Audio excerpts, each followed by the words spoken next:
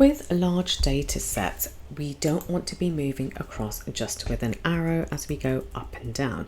So the easiest way to move is we navigate around. Now let's press Ctrl and Home. Ctrl and Home always brings us back to the A1 cell.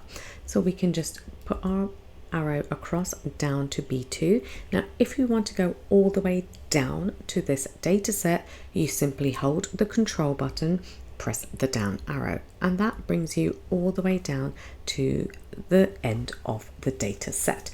This could be a table, this could be a short number of data. Now if we want to scroll over to the right to the end of the data set there, once again hold on to Control, press the right arrow, and that moves us back to column H to the end of the table and data set there. To go back to the top of this data set, once again hold the Control button, press up arrow, and you are now back at the top of your data set. Now you might want to select the data rather than just move along and navigate. So to select the data, you need to hold Control Shift and down arrow, and that selects everything. So for selections, you might want to change things to bold, or you want to change formatting or anything like that.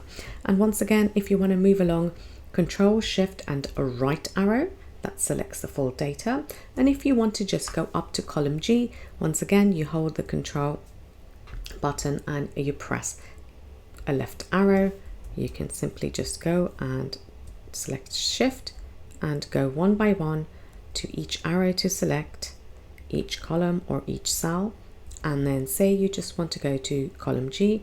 Now again hold Control and Shift and press the down arrow, and that will take you all the way down. Now say you just want to go up to 999, we can simply just hold that, press Shift and an up arrow, and that will just unselect each row at a time.